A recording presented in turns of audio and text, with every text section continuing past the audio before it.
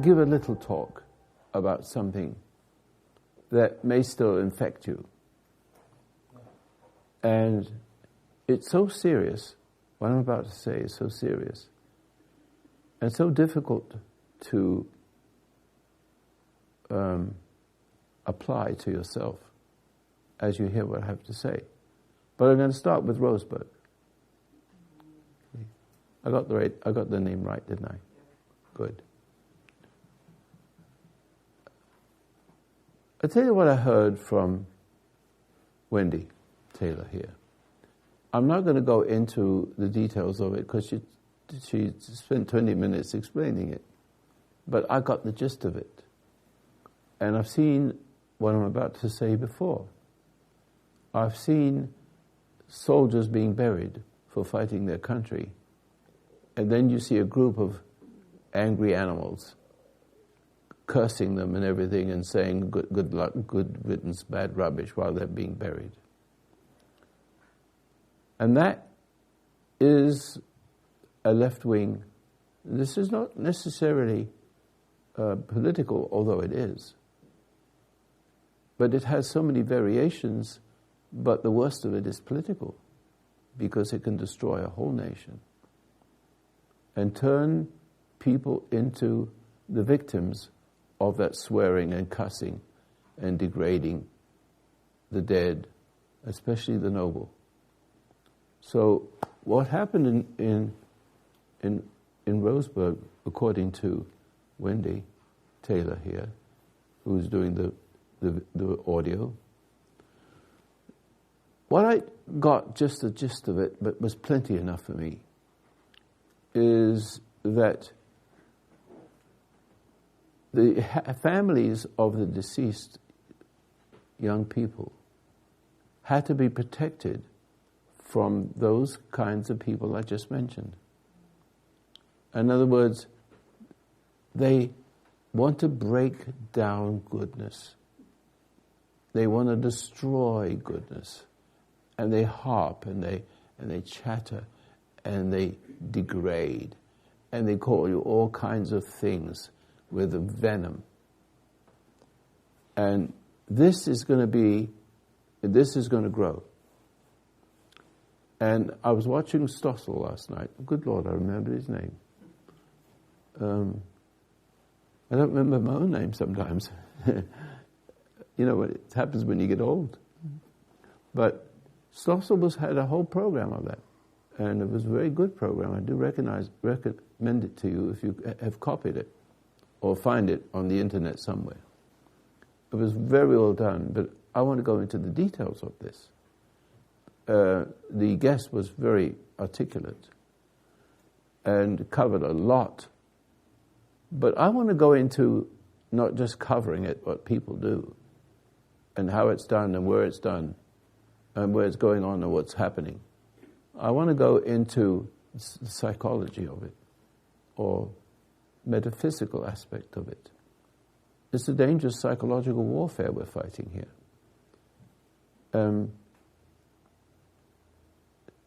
What the police had to do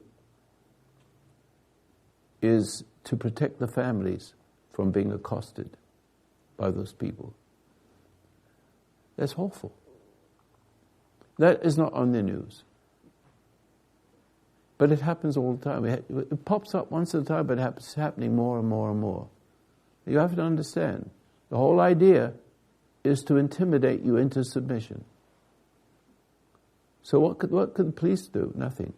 They have to take all that spiteful stuff and protect those who would otherwise be infected, but never mind, there's infection anyway, even to the police. Because you really need to have a tremendous power of resistance to that sort of thing. But more than that, you have to be able to break the breaker, demoralize the demoralizer. But you don't do it by arguing and fighting back. It's not necessarily, well, you can do it that way, but it's not the best way. Often it accelerates. You have to decelerate them. You have to demoralize their immorality.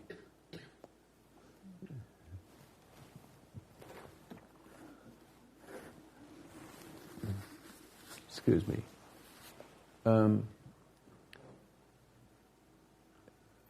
You need to do this in little things first. Because wickedness is everywhere now in America. You can't find hardly a person who isn't terribly weak. And I saw one person being interviewed about not standing up for these people, the kind of people who would intimidate you and not allow you to speak what your heart mind is, even in the little things. You know, and to stop you from expressing yourself in any way, shape, or form. It's the left wing is crazy, but crazy as a fox. It knows how to intimidate and be angry with you as if you had done something terribly wrong. And it's so well done that it can paralyze you, demoralize you, and make you submissive and not able to function anymore as a free person. I mean, a little example of that is, I remember yesterday when it was on Stossel's program, he will say, well, you know, I don't speak up because, you know, I've got a good job here, and if they tell me I can't do this and I can't do that, I'm not allowed to speak this way and that way. It's okay because, you know, you have a reputation, and if you speak up, they'll fire you or give you a bad name. Make sure they contact those kinds of people and give you a hard time. So I've had that happening for 50 years. I've survived it. I've survived it, just financially, barely financially, but it's okay. It will be what it will be, and I've become a better man. I'm growing. Slowly but surely, my time's coming. My time wasn't then. My time is now because I've learned a lot. And learning to endure and be patient and not be affected by those people, but instead affect the people who want to infect me. I want to infect them with good, which kills them. See? So now we need to understand what is good. Well, you can't be good because you want to be. You were born, sweet little kid, with intuition. You still have it. You're here, you're attracted here. And there's a reason for you attracted, because it takes one to know one. But also you could say that to gang leaders and murderers. It takes one to know one. Thieves and robbers love thieves and robbers kind of thing. So it goes on in the same way, where you make each other worse. I want to help you become a better person, so you don't need me anymore. You'd like to come, it's nice. Nice to sit and talk. I don't want you to be codependent on me. I want you to be a free person. I want you to walk around and learn to overcome the overcomer. And without being a bully, or without reacting secretly or openly, it should be that you feel nothing. If I fly into a rage, see, I can fly into a rage just like that. See, I could tear your frickin' head off if I want to. At my age, yes, you wouldn't see it coming. I can see the thoughts in the head of a person, but it's not what I do. I'm just making a point. It doesn't mean to say I'm going to be passive.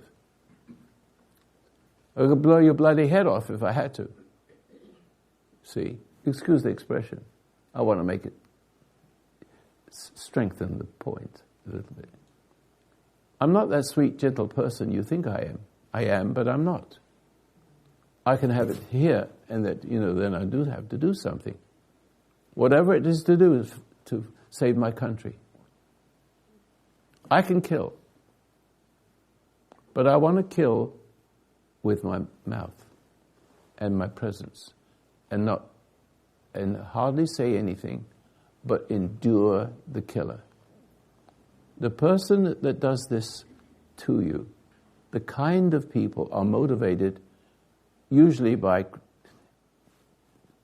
in a family situation, is inherited cruelty. Someone was cruel to dad, mom, and they've taken on that nature and do to their children what was done to them. It goes on everywhere. There's violence in the home, so much so that you have almost an 80% divorce rate.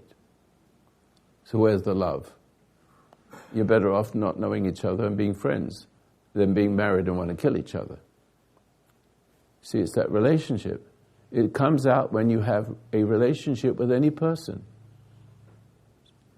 And you can have friends which are fiends. And what's wrong with you tends to look for fiends they call friends. But they're really fiends because they're just leading you up the garden path, making sure you smoke dope like they do and do all the things they do. And then they give you an approval. You become one of them and everything's honky-dory. And that's the kind of wickedness, but there's a kind of wickedness that goes deeper than that. There's forces at work, political forces, extreme left, you call it. This is an extreme right, like Ku Klux Klan. I get that. But the one on the left is very clever. Very, very clever. In other words, it acts like it is right and you're always wrong. You could. I'm sure a lot of you are here because you had parents like that. You had teachers like that. They demoralize you and call you stupid. And they just do nothing else but degrade you. To varying degrees. But I'm talking about crowds of those people. Crowds of them attending a funeral of, to just give a simple example, of burying heroes. And they're mourning, parents and relations at the graveside, screaming and yelling them, dirty this and dirty, I can't find those words. It's disgusting, but you've seen it, haven't you? You've seen it on TV. You've seen it happen. Have you all seen that before? But it's going to become more and more. And I remember just one person saying it in the subtle way. He said, well, you can't really speak up. The management told me not to speak this way. He said, well, you really didn't threaten me verbally, but I have a job I have to keep. See? You know what I say to that? Now, if you're impoverished and that's all you got, you keep your mouth shut for a while until you just okay, and you don't speak. That works. It does make you a coward. But as soon as you get enough money, see, you can either quit or go up to the person and tell them how I cow ate the cabbage. See that? So you can get it off your chest, but the secret one of these things, is these little details, is that when you are not able to speak up and see him screaming yelling at you, and you've got a family you've got to take care of, so you really can't speak up. You could, but what you do instead is not resent the person for doing it. You stand there and take it as if to say, are you finished now? Thank you. And the person would be so frustrated. You have no idea that just by being quiet and listening to the yelling and screaming and the cussing, let's make it the worst it could be to a person who you're working for. And there's no more jobs. And you have kids to feed. I get it. You don't say anything. But you don't say anything without anger. In other words, you're silent without anger or judgment. As if to say, without words, are you finished? Okay, I see. I'm listening. See, just like I'm talking like that. If you start to yell and scream at me, I can come over and smack you one if I want to. It depends upon what the circumstance is. It can happen. It just doesn't happen very often. Very, very, very rare. But it can be done. So there is a break there.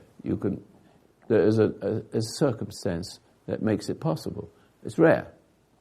So let's put it aside.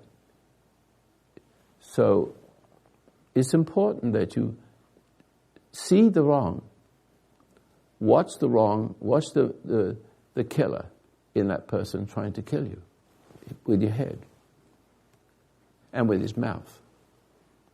And knowing that you're in a difficult position, knowing full well that you've got a family to take care of, wife and children, and to feed them, and there's nothing else around. I'm making it a situation so it does happen. The key is courage. Under stress, say nothing. Calm, and the calmness creates an energy field. It's a war of energies. Understand, it's a war of energy. It's the energy of the son of a bitch. And, excuse the expression, it's the energy of the son of God, the daughter of God. Whoever you are, you have that power. It's the power of him in you against the power of the darkness in the other person, who does not know that he's that way. He actually enjoys hoping that you suffer because he lives on suffering. What you say, well, how does a person live on suffering? Because you give off energy. You give up your life forces to that person. They're vampires. They're basically vampires. Of course, when you have crowds of those people, they're all programmed. And so if you're not careful, you will feed the crowd, and the crowd will get more violent. And they'll get more and more pleasure. And if you try to speak up, they'll shut you down. And the tendency by that time, you will be shut down. Because the minute you start to get irritated, the smallest, little, tiniest, it's over. They've got you. But they can't do that to me. See?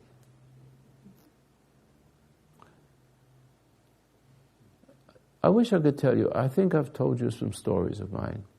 I think I'll save that for my radio program. So, but let me just continue the thought. This particular thought has other little angles to it.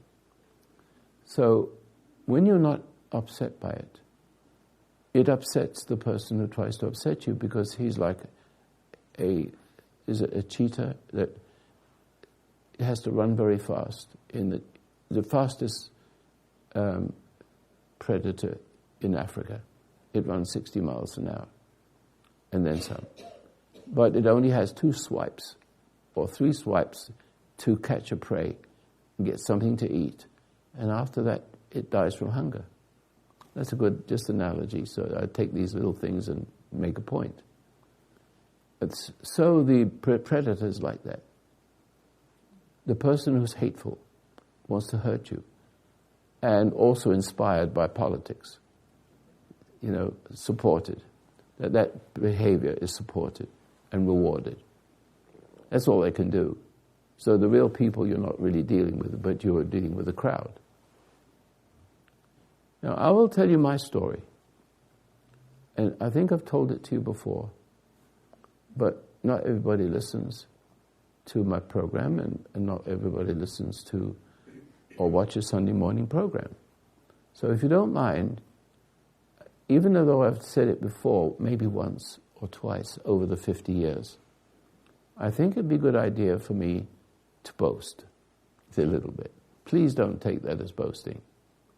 Would you? If it's just one of my stories, just one.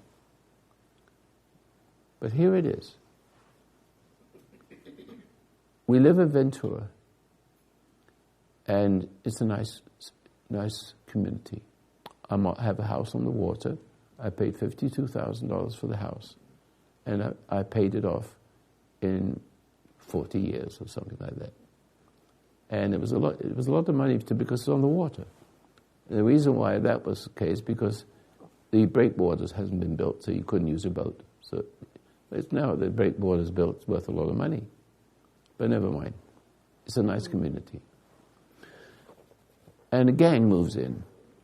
A gang moves into a house, one lot from me, empty lot between us, defecating and doing all kinds of things there, and going up and down with their cars racing. It's a dead end.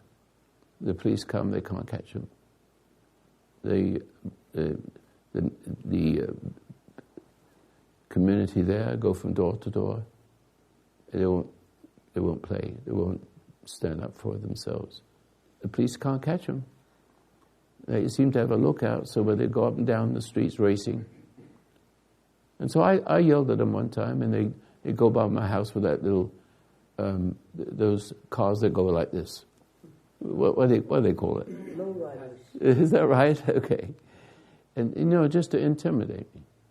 So one day I said, I have enough of that. My wife is sitting here. She acknowledge everything I'm saying. So I go in the middle of the street, and they're racing the car. I stood right in the middle of the street, and going up and down, and my feet were glued to the tarmac, glued. I wasn't going to move.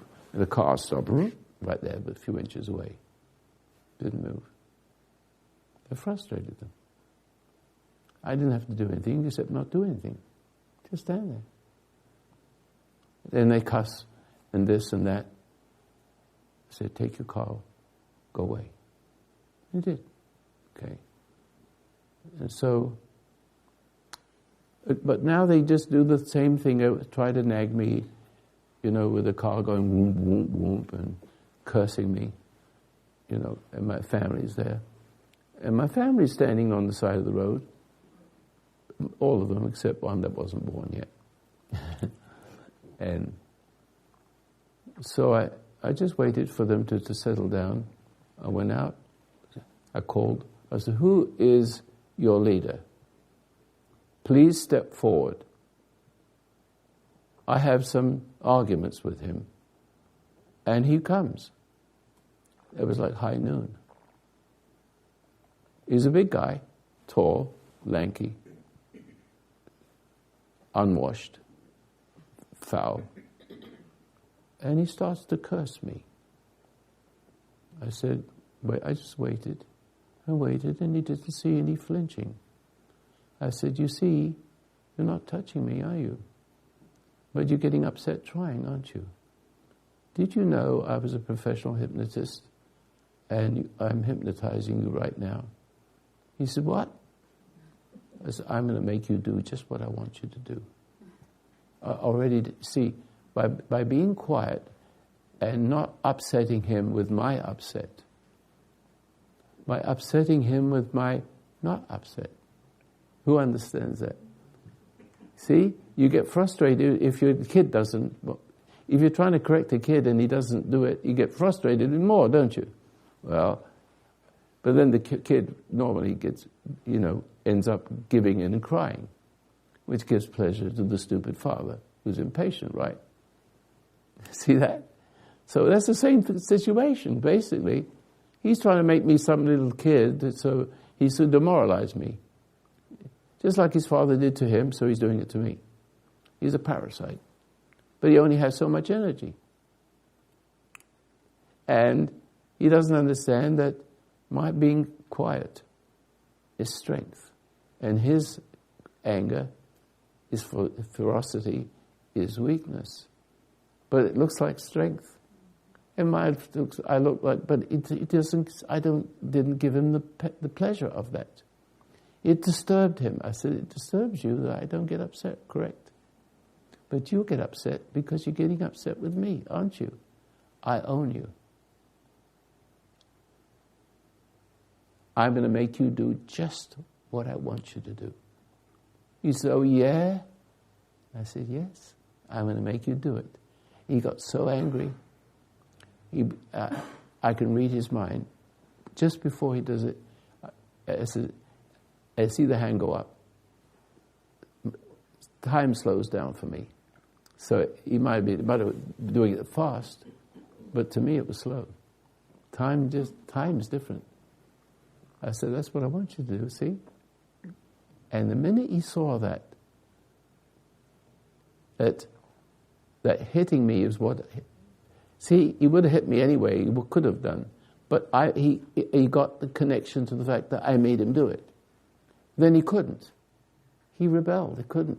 And his hand was up in the air like that, he couldn't move it. See? And then he ran away. So when he got into his car and whizzed right past me and left his gang behind, I said, who's next? But all they could see was two people talking, like high noon. And next day they were all gone because they're all superstitious. They're all gone. Everyone. I didn't have to lift a finger. Now, would you call that courage or bravery? No, it's my nature. It's in me. And it's not in me to give in. It isn't. You can try. All you do is break. See, all you do is become worse. And you hear me on my radio program. I'm not afraid to say it. Free speech. I said, hey, there's two kinds of people listening to me right now. You've heard me say these things before? You hear me saying them? I'm doing it over the radio. And you can't stop me. Nobody tries. I had to throw somebody off the other day. But I say, there's two kinds of people listening to me. One that loves me, because they never heard this before. Blessings, that's a good thing. But you with a face, see, you're listening to me and mocking me, but you're a coward. You won't pick up the phone and call me. Pick up the phone and call me. But you're a coward. You don't know what to say, because these things are upsetting you. The things I'm saying are dangerous to you. See, because you don't have that kind of language. See, I got the language for that. In that moment, I know what to say or not to say. Intuition. So the intuition, I don't know what I'm going to do next. I'm only saying what I did, but I didn't do it. I didn't say I'm going to sit there in the middle of the street and be glued to the ground and do that. That would be the ordinary courage. This is not ordinary courage. This is my obedience to my Creator. You say that. He doesn't say it, but I just do it. I don't know where that comes from, but I just do it. I know I'm going to be knocked down by those cars. They don't care. They can say it was an accident. But it didn't. My legs are glued to the ground. I'm not moving. Why am I not moving? I don't know. I didn't make my mind up to do that. It just isn't. See? Whatever comes to me, I'll do. And when you are upside down, and you've got the dark side of the force, you could also be immovable. But one of us is immovable, and the other one isn't. The person who is angry is easily movable. The person who has God is immovable. All you do is crash against him, and the waves smash against you, and the rock's still there. But this particular rock doesn't wear out as ordinary rocks over a period of thousands of years. This rock never.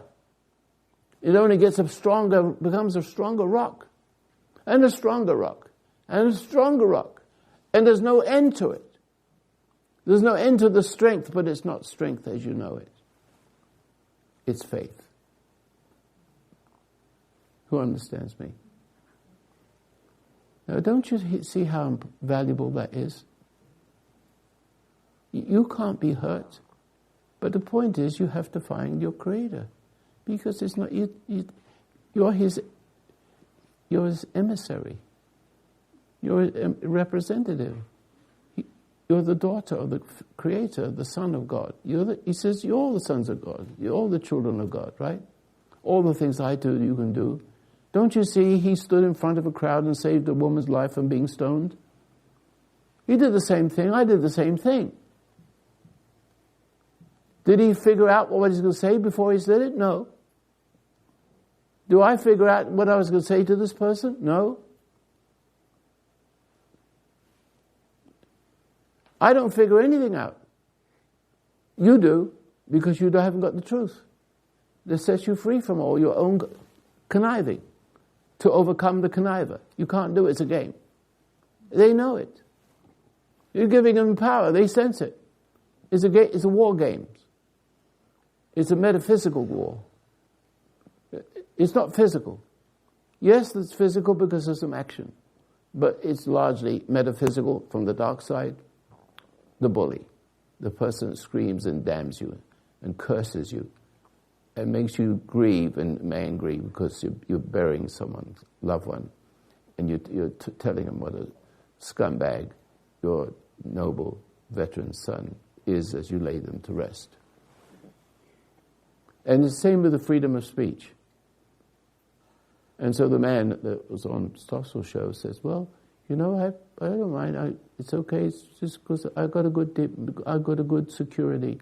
That's all he cares about is security. There's no security in security. Just remember that. There's no security in security. It doesn't exist. He thinks his security is his job. Therefore, he gives in. It's for his security. Goodbye. Nice knowing. And he may flourish and do well, but die having never lived.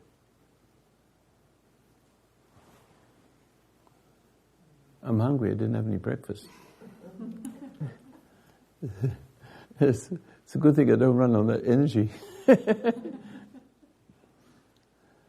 See, that's only one example of my life. There's thousands of them. So on my radio program, you will hear me do this often. I'm going to kill those bastards. Excuse me for being explicit, because I can use that language too in a different way. They mostly are bastards born out of wedlock. See, that's not too difficult to figure that out. It is what they are. See, I said, you listen to me. So you've got two people in the car. One person likes what I'm doing, and the friend that's turned in for the first time in the bus. He said, you like that guy? You lost a friend. Open the door, let him out. See? Now you discovered what you never saw in that person before.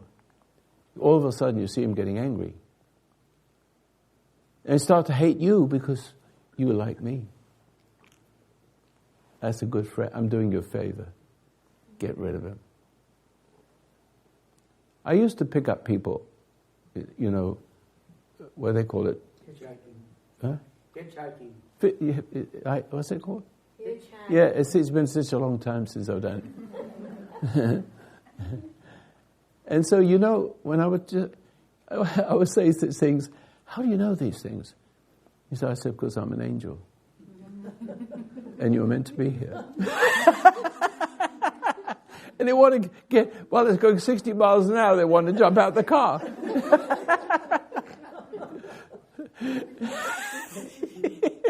I am an angel to them.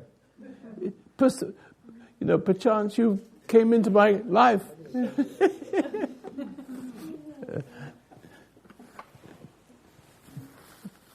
Who's following me?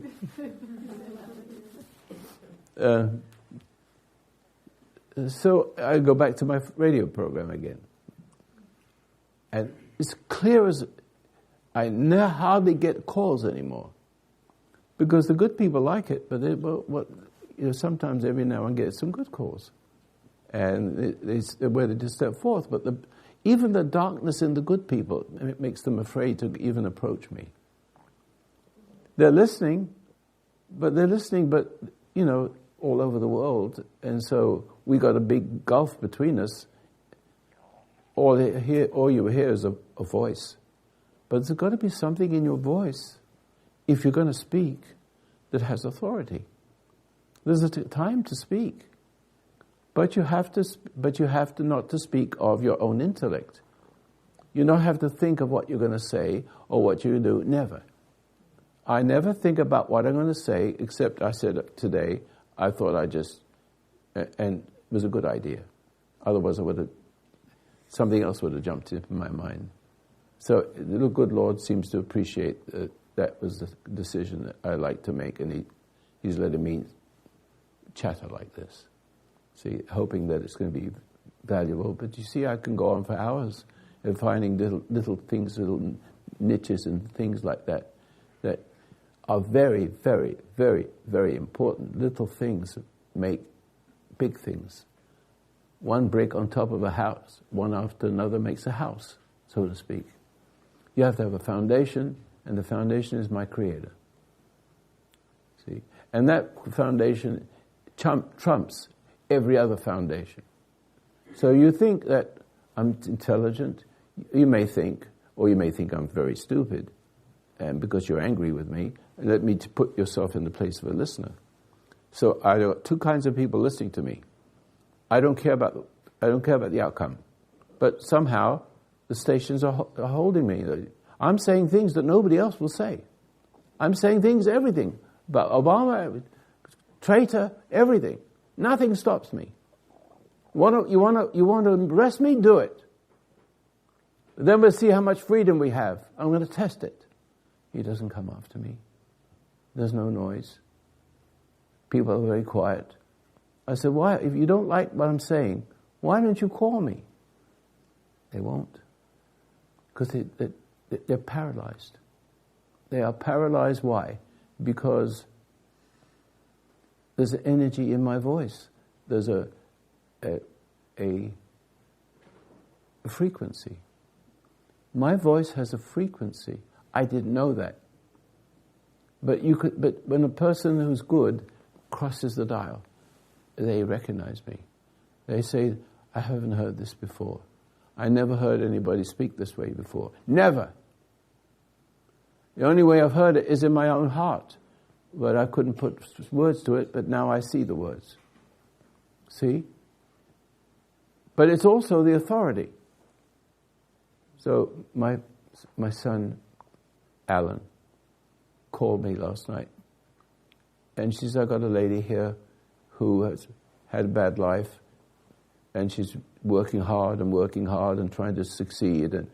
But when I put her on the phone, she's had a father that drove her like that and made her lose her confidence in the natural way of succeeding and make to plan future, that kind of thing. Create their goals in life and purpose and work at it, and then they get to it. But when they get to it, it is sort of nice if you're good at these things, if you have that God talent to be able to do things well. See, even if you're doing them wrong well. You see, with the wrong kind of force, the frustration with your dad. And she had the dad in her that beat her and made her work hard and go to school and make something of herself, and then he dies and leaves her with all this thing running around in her head, and she's 50 years old, and she's a very high-placed person. But she's on the phone with me. My son put her on the phone with me, and within 7 or 8 minutes, she was cured completely. See, and my son did the same thing with a gentleman who had no legs. And so he's got a good nature, he makes jokes with everybody, but he says he had post-traumatic stress disorder. He put me on the phone with him, and it didn't work. But my son Alan sent him a CD, and then he said, "What?" So the next morning he said, "How are you?" He says, "I have a big smile over my face because it's been 46 years. I've been carrying this around, trying to make jokes to make my life, make people happy, so I can feel a sense of worth." See? And when he talked to me, when I first talked to him, first of all, I could hear the strength in him, or resistance of it, because he'd been so hard trying to keep his sanity. It takes a lot of willpower, a lot of character, potential character. See, the makings of it. He comes to the end, almost to the end of being able to do it. And then when he did the meditation exercise, he says to my son, he says, I had the biggest smile. That was good from my heart. And the lady she put him on like that in the middle of dinner. And within a few minutes, just minutes, she got it all. Because I could hear she's a Jewish lady. And she says, I didn't have to change my religion to believe in Jesus. I said, it's the same thing as I say. He's still Jewish, right? He's not a Christian, is he? He just called himself a Christian. So he's really Jew. Still is. Salvation's from the Jews, how else? Right? So, I'm just meandering just a little bit around here because I just want to make sure that what you are is not something you give yourself. It's not something that's passed from generation to generation, because what's passed from generation to generation is the death through sin. Through one man's sin, and death through sin spread through the human race, so you've inherited that. So you can't help being a Pisa or a bully. And the Pisas are handmaidens of the bully. That's how the bully gets to be more of a bully. And that's how you lose who you are, as well as lose the nation. Because as long as you can be intimidated by anybody for any reason whatsoever, yes, in your own life it's just private, and you give in and you go along to get along. All you do is get hurt. And if you're married, you get beat up if you're a woman. Or he gets beat up, because they won't tell you this, but more women beat up their husbands than the husbands beat up them. You don't hear that. See? Can I interrupt you? Yes, you can. Can you please stand? Yes, please. Could you stand so we can see your handsome magnificence? It's not going to be magnificent what you see. My heart is pounding like it's going to burst out of my body. And as you were speaking, when you were calling that man out, the gang member. Yeah, the gang member. And you were talking real sternly. You're pulling something out of me. What is it? I don't know.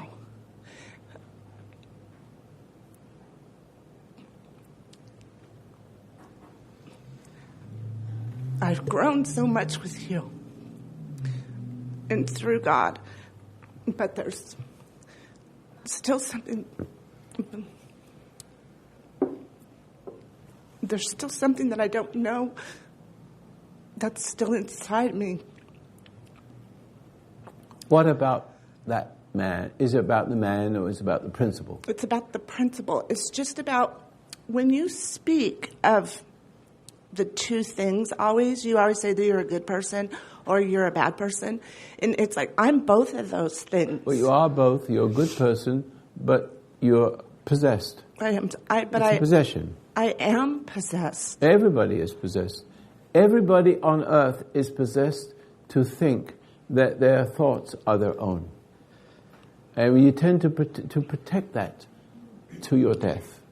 I don't want to protect it anymore, though. I know, but see, that actually, somehow you got the answer, didn't you? That was just about what it is.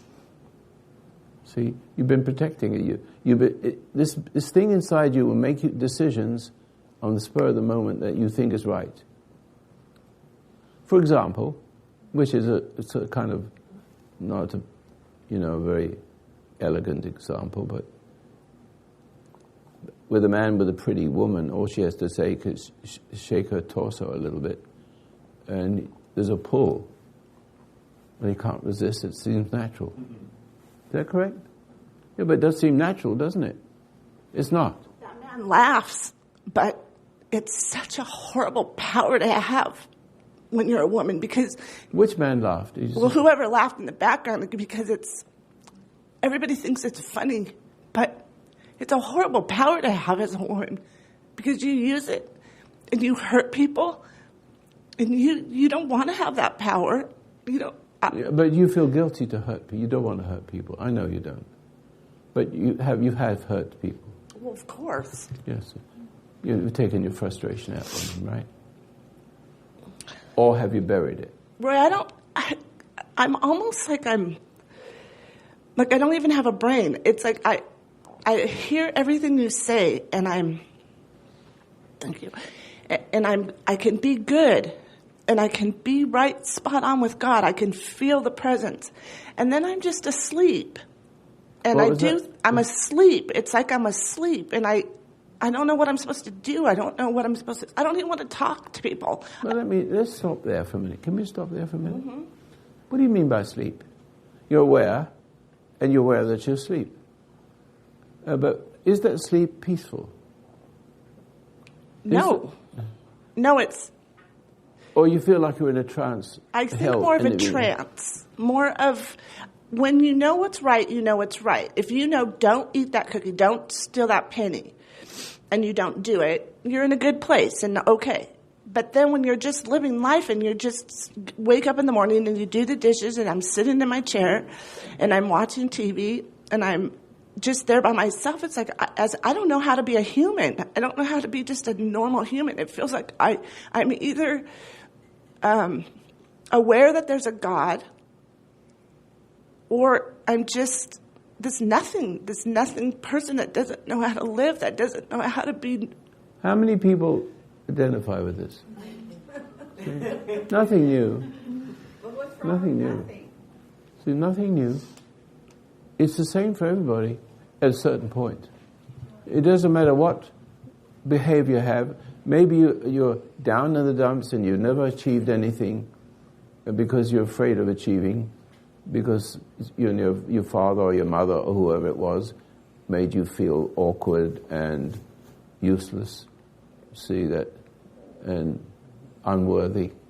So some people will go about their business trying to make themselves worthy, and some people will just be unworthy and curse the person that made them unworthy, because judgment is like a drug, and it makes you feel better that somebody's worse than you. See? And then sometimes then you have a bout of forgiveness for that person that's only out of guilt. And so you're playing a game with your father or your mother in your head. They're not there. Then you worship rather than 1 minute, and you're cursing them in your head the next minute. Yeah, can I talk for a second? Yes. I wanted to say, when you're in a trance, though, sometimes you see, You're always in a trance. I you know, have to not but win. there It's are always. times when you can get a glimpse of where you should be. Yes. And when you're in a trance, you know you're not there. That's right. And that's the thing I think you might be The talking consciousness about. is you don't understand your trance. Yeah, I think that's where I'm. Yeah. I don't understand. Yeah. It's like where do I go? What do I mean, you know you're there. You're sitting there. You're doing dishes or whatever, and it's like you're not where you should be, and you know you can't see clearly the way you should. So you walk around like a hollow person. Yes. Is it something like that? Yes, it is. Yeah, it's like what am I doing? It's nothing. Yeah. There's no purpose. And you know that there is, but you just are not there. Yeah, no. That's right. Well, I just had a You seizure. can hold on if you want to. Recently, It serves you right. You had it coming. I warned you. You did. She comes to do some work for me in the house, and I talk to her a lot. I warned her. Bang. She resented me, and she did. You resented me for telling you that. I wasn't even aware that I was doing it, though, Roy. I mean, I know you don't want to be aware that you're doing it. You could be not aware to anything you want. I guess that's what the whole. And then you seizure... smile and you think, "Thank you very much," and you go on and, as if I said nothing. Well, part of me did find joy in what you said. What kind of seizure did you have? I had to go to the emergency room. What was it? I was just I don't know exactly. What's it called? What did they say it was? Give it a name so I can go ahead with it. Oh gosh. But did you pass out? Yeah, I fell to the ground. That's it. And I fell to the ground. so you went into. Yeah, I get it. Okay. And so I don't remember. What did the doctor say to you? They're trying to figure it out. They haven't figured out. What caused it? They want to send me to a neurologist. Yeah. They found That's great. They said he probably fell down 3 times himself, not understood himself. Yeah.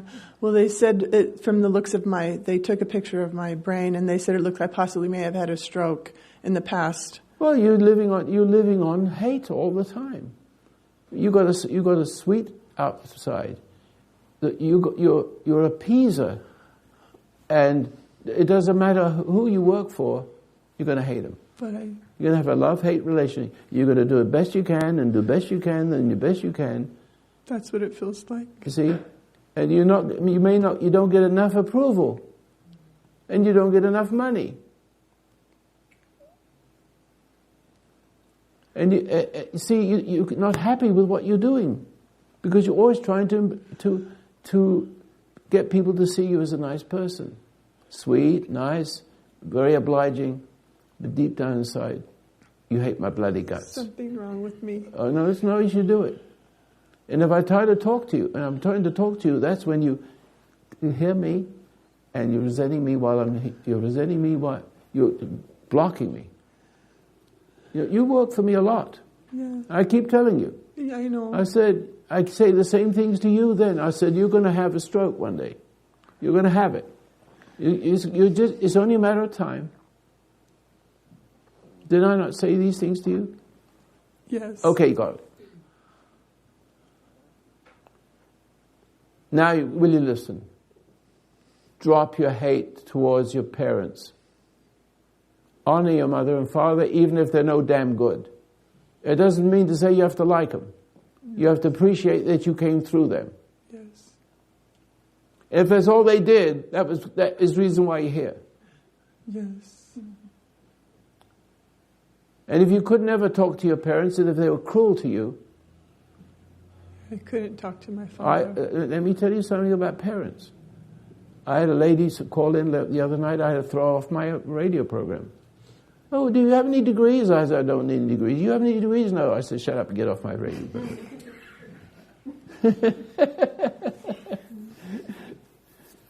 So I said, do you know what the truth is? And she says, no. I said, well, if I told you, would you be able to understand it? Well, you wouldn't, because if you don't understand what I'm saying, if you don't know what the truth is, and I give it to you, and you don't know what it is, how are you going to recognize it if you don't have an intuition to recognize it with? And she just made a big fuss and I threw off. But where were we with you now? Have you never talked about your mother and father, have you?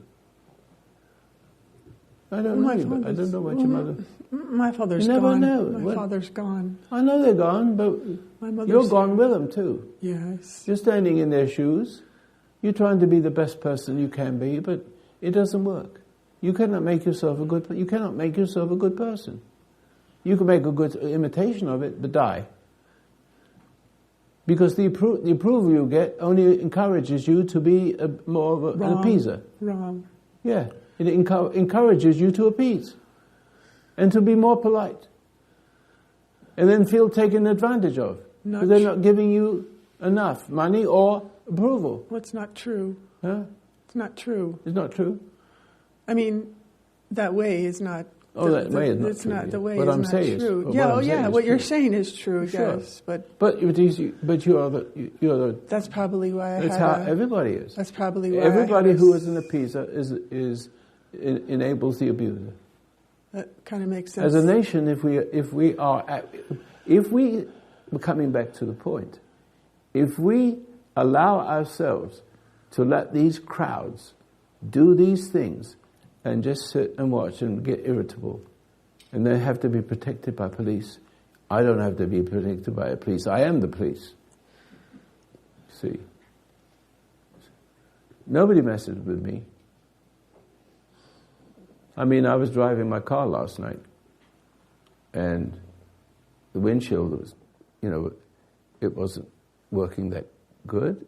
You know, it was just drizzling, and the car hasn't been driven in that, so it has a little smudge. So I was being more careful to make sure of my turning. I slowed down to about 30 miles an hour. Big truck behind me. And he was honking his horn, and I turned, and he turned the same place, and I stopped at the light. And you should hear the noise that came out of him. You should hear the noise, the screaming, yelling, effing this and effing that. Stupid bastard, blah, blah, blah. But he doesn't know I was just, he doesn't, see, if he would have come to me and come to my window, I let him yell. Yell. You see, I would not do anything. Just look at him, but not fearfully. See, the fear emboldens. It accelerates. He's feeding on it. But if not feeding on it, it's a signal coming back. He's not getting to me. That makes me angrier. But he's still not getting to me. But he's becoming angrier because he needs that reaction. This old geezer, he doesn't know how close he was to being dead. One way or the other. Because, as I said on the radio program, I don't care when you listen to my program. If you hate me, you die. Now, I can't say that unless I have something special that is within me that speaks to me. So when you are hating me, you're clearly hating the Son of God. Meaning, I'm not the only Son of God. Jesus says, you know, what I do, you can also do. And you can do it better. So we must always be sons of God. I'm really one of those. I know it. It's not braggadocious because I'm only to brag means I'm responsible for my own cleverness and my own achievements. And it's clear, I hope it's clear to you that's not the case. I've been 55 years on the air. I'd be good going around the world and having lots of fun. And I've done that a little bit when I was younger. Africa, places like that. But my whole life is dedicated to doing what he wants me to do. I didn't even know that he chose me. It took me 35 years to say, oh, that's who you are. That's how I've been protected. Then I got married. That was the biggest test of all. Roy. Why do you think I'm hoarse today? You know what's really interesting? What? I've noticed about myself is that as far as I've come in meditating Yes. and changing, I don't speak up when sometimes I do and sometimes I don't. Like I'll notice. Well, that's all right if it's done the way I've expressed it to you. Yeah, and like someone will say, "Well, did what I do, was that wrong, or did I hurt you?" And instead of saying "yeah," I'm like, "No, that didn't bother me." But it did. But it did. But I say it didn't because I don't want to. It's the right thing to say, but it's not true. But it's not true. Yeah, and then what happens is You're lying. I am lying, and then I hold it within myself, and then I notice the frustration within me because I didn't speak up.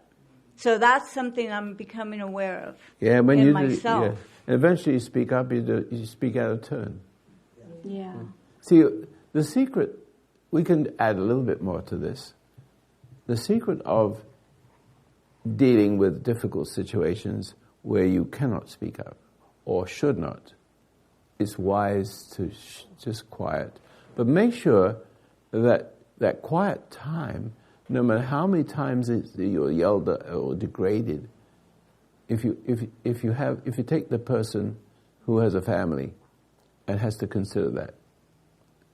So if he speaks up, he loses his job, right? So there's one kind of person who has a nice, cozy job and he doesn't speak up because he has a nice, cozy job. He doesn't have a problem with his wife and children. There's no hunger there. So me, I said, I'd speak up, and what could happen is that first of all, the proprietor might be angry, but when you hold your ground, a thought can come into his mind. He said, I like this guy. This guy's no wimp. I need this kind of person. He's just testing me. See, and you'd be surprised. You get thrown out of a place. If that's the position you take. If you get thrown out of that place, it's a place you don't need to be in. If you go along with it, you'll be in there forever. You're not going to find anything new, anything better. You keep tolerating it until it becomes intolerable. The whole life. I've been thrown out of lots of places. If I wasn't, I wouldn't be here. Don't you see? But there's another side to that. I'm just playing with these ideas.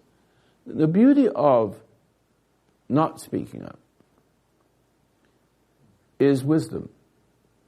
You know that this is not the right time. It's all timing. So you can speak, but the timing must be right. And you must not speak, because the timing not to speak is wrong. And you will know it without figuring out. You just do it. Just like the person who's doing it to is just doing it. So you're both just doing it, but one doing it right and the other one's doing it wrong. So if I break, then I lose. It's lose-lose, because the person who could have been corrected, wasn't corrected. He would say to himself, oh, this is an interesting fellow. I want to keep him. I'm going to give him a raise and give him a better job. Or throw you out. Either way, it works for you. Correct? See, either way, if you stand up your ground and not worry about the circumstance. If you're living by faith, you don't worry about the outcome. Don't.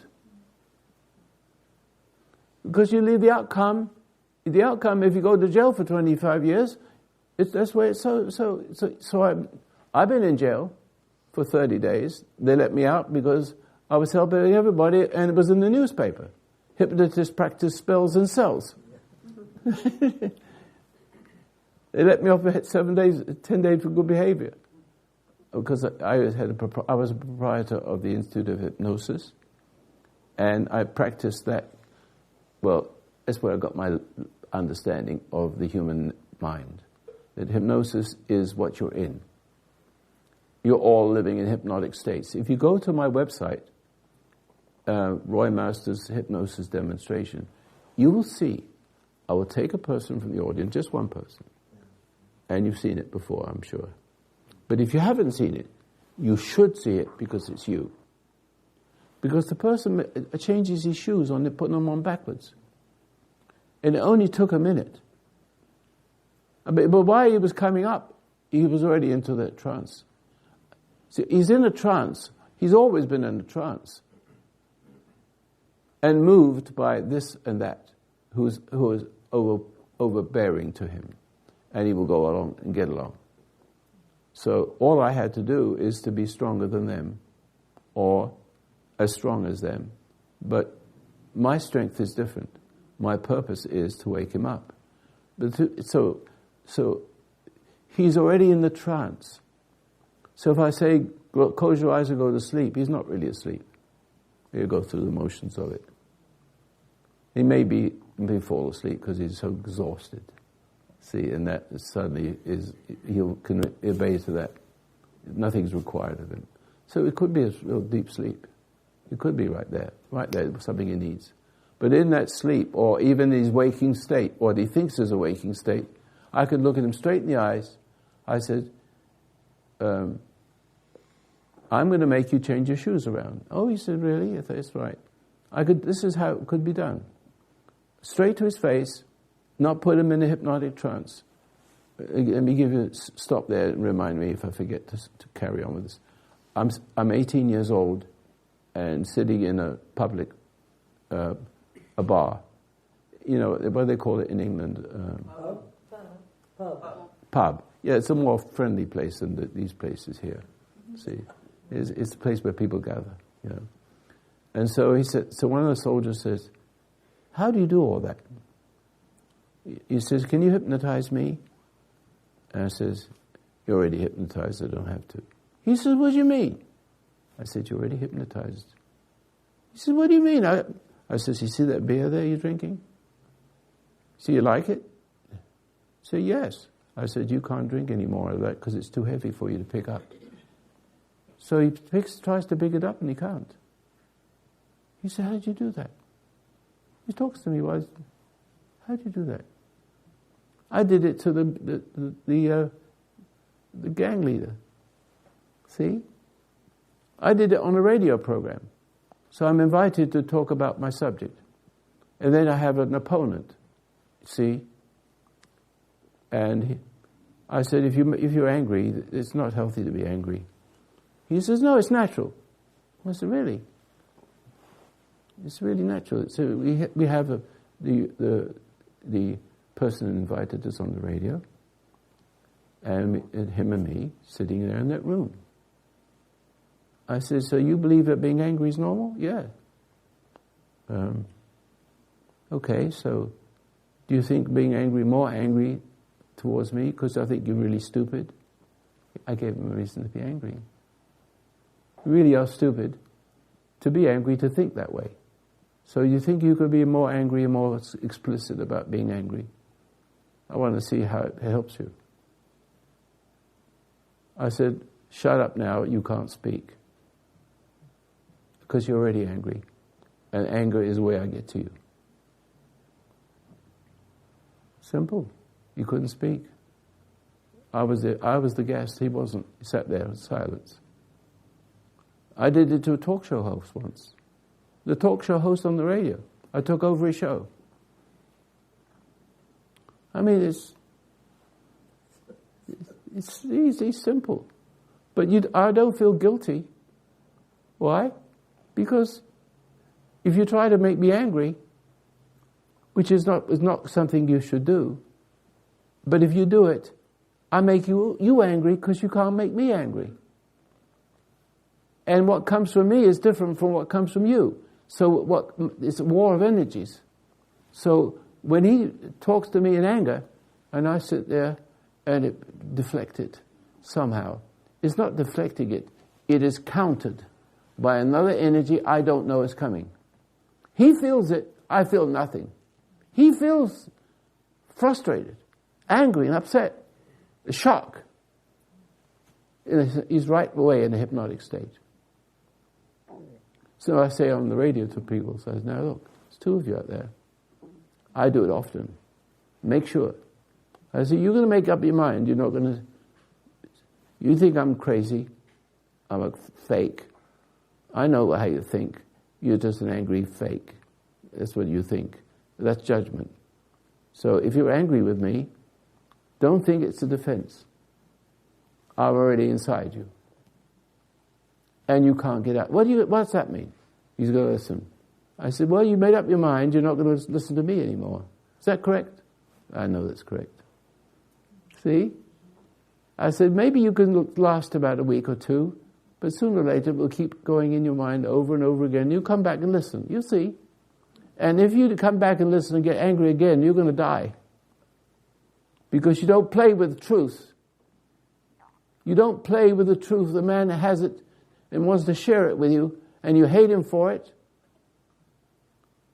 See? Now this could possibly help me. I remember a story. Al-Qaeda captured what do you call those people who go work for the military? They go work there. Contractors, yeah. So they captured him, and they photographed it. They videotaped it. And they put the hand on his head and put him in the car. But I looked at that man's face. I said to Anne, "You remember this?" I said, he will escape. No harm will come to him.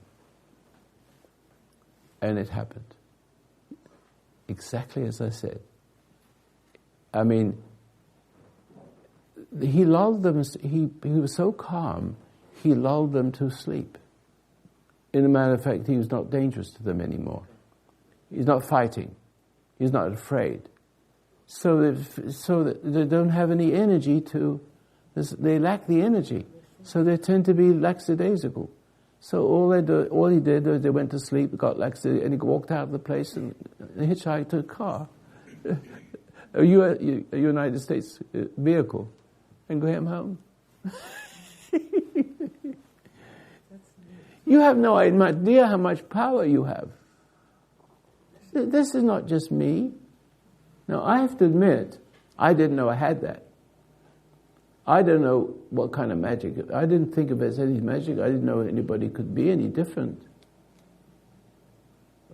But it took a while for me to know that I was blessed. I had a good mother and a good father.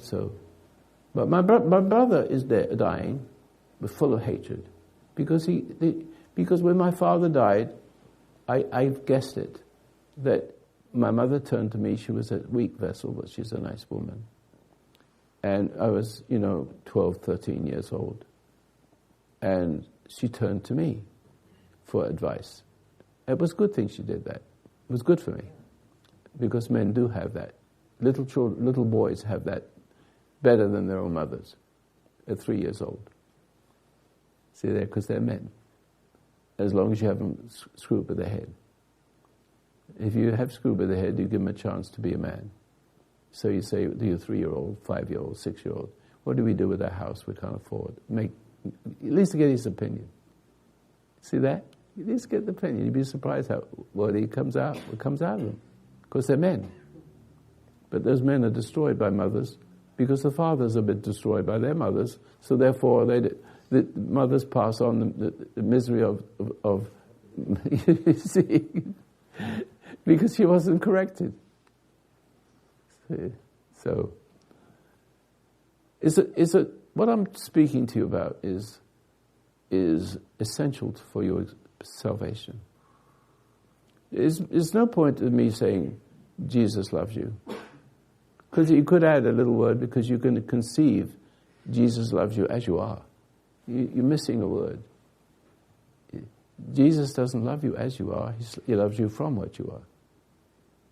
Yes. He loves you just the way you are, but he loves you too much to leave you that way.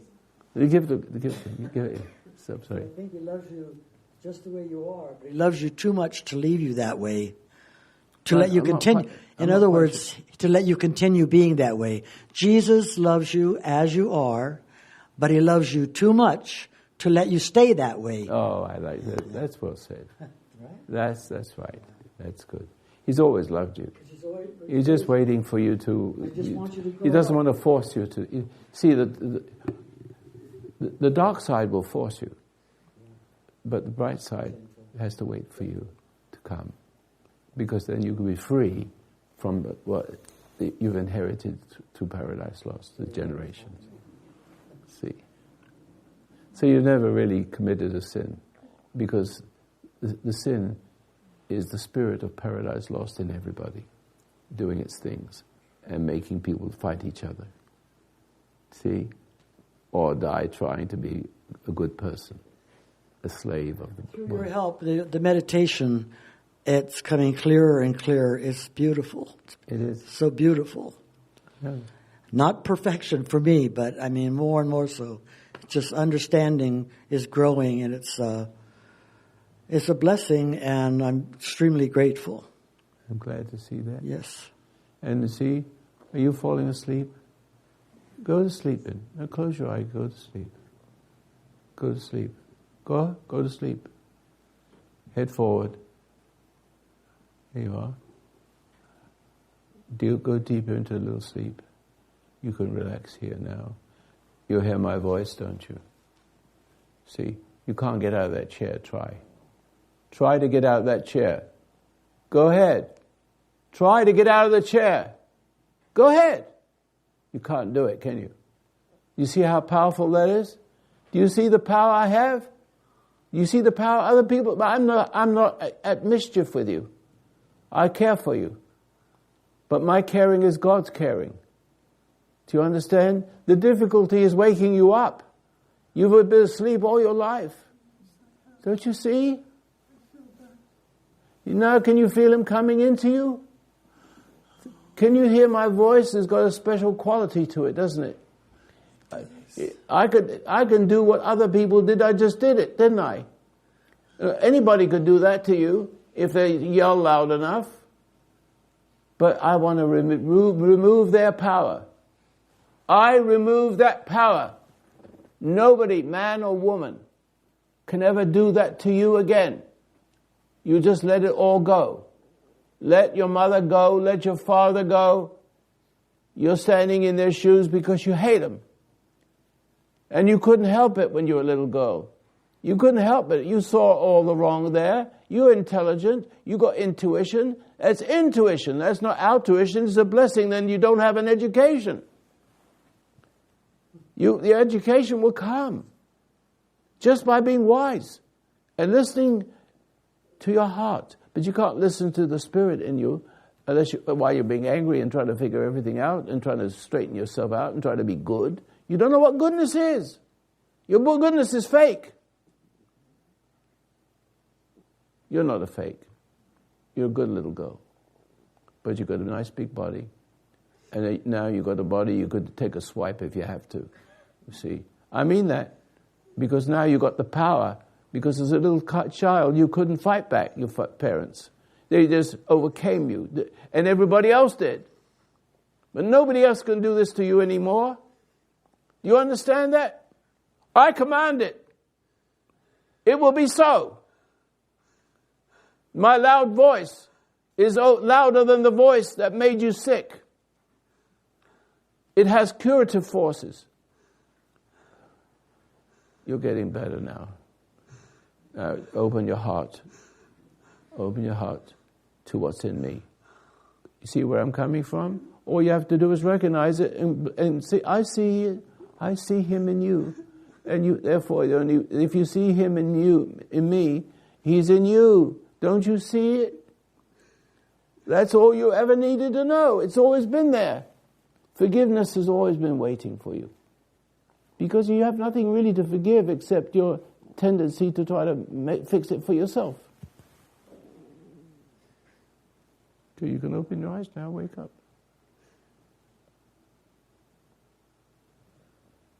Now, do you understand? Do you understand hypnosis now? I didn't have to hypnotize her, did I? But she couldn't get out of that chair, could she? Correct? Couldn't get out of that chair. That's how much control I had over you. But that's the control everybody else had. I didn't take advantage of it, did I? I brought you back to love. You'll be okay now. You're not going to look for approval. You're just going to do the job and be gracious.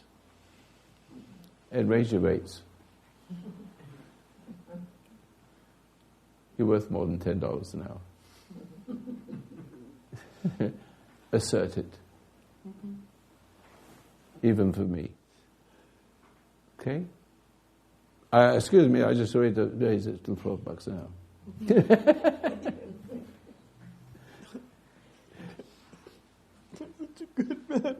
You'll be all right.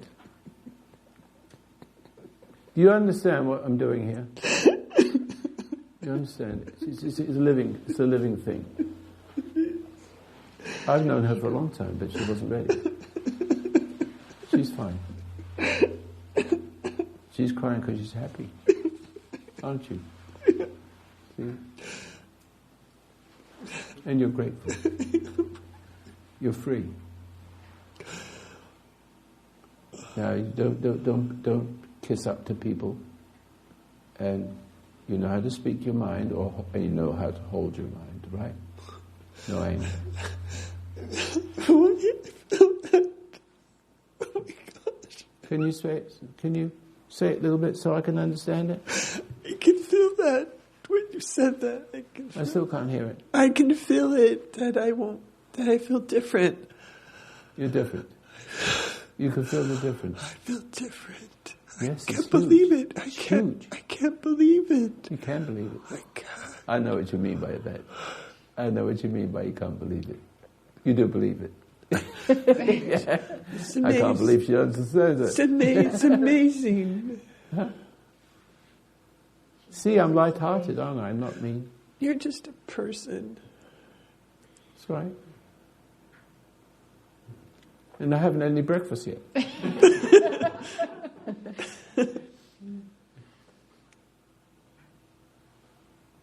See, this is the difference between preachers, rabbis, and me. I know that. But people are afraid. People are afraid. And so they should be. Because when you're messing with the likes of my kind, I have a kind of other people like that too.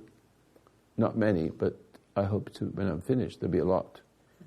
See, there'll be a lot of you. We call them Americans, because there's no place in the world you can be free. But you're giving up your freedom because you never understood what I was saying. But you understand now, right?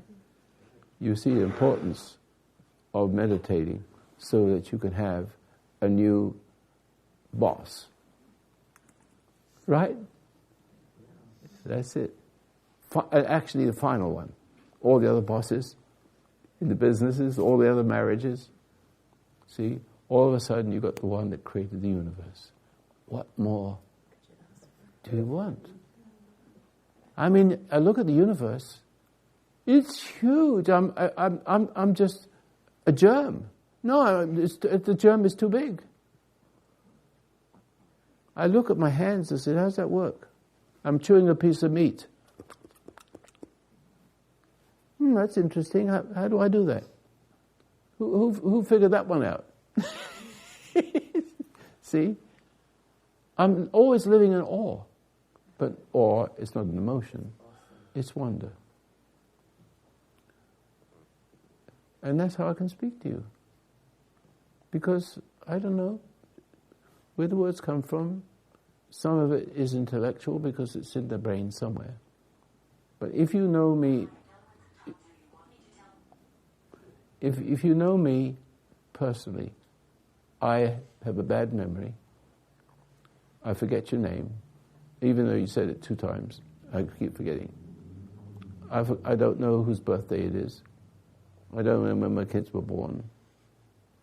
You know, I don't like trifles. But when I'm sitting in front of an audience, it all comes. And when I get a phone call from my son, he says, here's another one for you, Dad. And within 3-4 minutes, she's better. After 60 years, 50 years. And he says he doesn't see under. It's something more than words on the telephone. You can't see me. On the radio. Can't see me. It's an energy field that the microphone resonates and is broadcast with the same resonance. It holds the resonance pure. So I could do it on the telephone. I don't have to be there. See? Well, any questions? Because I was thinking, there's other things I could say to you about these things, but I think I've covered the most important parts. Yes, sir. Could you stand, please? Yes, thank you. You started out speaking about Roseburg, and I was in Roseburg the other day for the demonstration. We were with 250 people, all carrying guns, people driving by. You were talking about Americans. It was, you felt like you were in the safest place you'd ever been. That's right, because you all got guns. They ran the gamut of every kind of person. Some of them there because they're really angry and full of hate, because they hate Obama. But they were there to stand up and make a stand for this, for the Second Amendment. I would, if I had the opportunity to lead this country, if I had enough radio stations and people would listen, and I become famous enough, actually, because the media, I've become notorious. You see that? So it's been. We lost our our network got, sabotaged. We're coming back. But the thing has always been a struggle against the left, the left of left, not just liberals, but on the other side of liberals is the Marxist type of people who use the liberals and encourage them to be peacemakers, which is really the cause of war. See, and to intimidate to other people, and to intimidate other because we are characterized as bullies. Good people are characterized as bullies because they don't realize the effect they have on the wicked. They just exist. A little child is an intimidation to ISIS. He wants to kill it because it feels like it frightens him. He can't admit it, but that's what it is. Evil is good. Good is painful, because even the people listen to me, some of them love me, but some of them hate me. But I never get a call from any of them because I shut them down. And I can show you how to shut the whole bloody lot up. If I had enough people, I got to have enough people, and I can only get enough people by getting more radio stations and more staff, but it costs a lot of money. See, I need to become the media. The media is already scared of me. They're not going to... See, I already said, come and get me. I said that the president is a communist, and there's going to be a war between him and Putin, but it's going to be a war, meaning let's play war, and I'll make sure our side loses. See? And I see that, but does anybody else see it? You see it, but you don't say it. See? And who are the guys that are going to be drafted in for this? Sons and daughters of conservatives. You get rid of the conservatives, then you own the country. And you could create a war so that you lose. And everybody says, hey, we have a nice war now, we're going to go and do that. No, it's meant. No, it all depends on the generals, whether they rebel or not. He should have been thrown out of office a long time ago. It's only because we're afraid of being yelled at. But nobody takes me on. All by myself. Nobody takes me on. No, they won't even have me on Fox. They won't have me. No. I have a friend, his name's Sean Hannity. He won't have me on because he's afraid of what I say. See? He gave me money for the veterans, but I don't know about it, it's sort of hush money. Basically. Maybe I'll ask him for some more. But instead of giving me an opportunity. But he knows that it's a no-no. Because he can't, because he's a commercial station. Commercial stations are very finicky. They worry about what the left will do to them. But I happen to have stations that they don't charge me money, but I have to pay money to keep things going. So I don't get paid for that. I don't earn anything from it, but I give the station a good radio program. And they can just use it to fill in where there's nothing else there. And it's okay, because as long as it's not commercial. Got it? See? So now I appeal to my audience to support my program. If you like what I'm saying, if it benefits, just liking what I'm saying is not good enough. Does it benefit you? Is it more than just talk? Is it more than just a talk show? Or does it do something deep down inside you to make you a better human being? And to get you off sex and drugs and alcohol, all that goes away. And all the bad guys don't get any money anymore. So they'll come after me. There's a lot of them. Who do you think is keeping you in that state? Drug pushers, psychiatrists, medicine. They won't recognize. Some of them do recognize me, but most of them won't. If I had a cure for cancer, which I do, it's part of how you get better, or part of how you get worse. See, if I had a solid cure, if it was a solid cure that they would accept, and it really worked, they would reject it. Because if it worked, a whole business, a whole industry would go out of business. And even if their own kids were going to die from it, they wouldn't notice it. Because they're addicted to being doctor this and doctor, doctor, how are you, doctor? You know, what a wonderful doctor you are. Thank you, doctor. And she's used to that. And the preachers, they curse me. Well, because they lose their flock. And then I lose the flock because I don't need a flock. I want you to be an individual, and if you want to listen to me, it's nice, thank you, and you send some money to me, it's nice. It's good for you, because what you're doing is only helping me to help somebody else. You're paying it forward. Somebody helped to get you better through me. That's all. Ta-ta for now. Thank you for watching the program. Thank you. Now I can have some breakfast.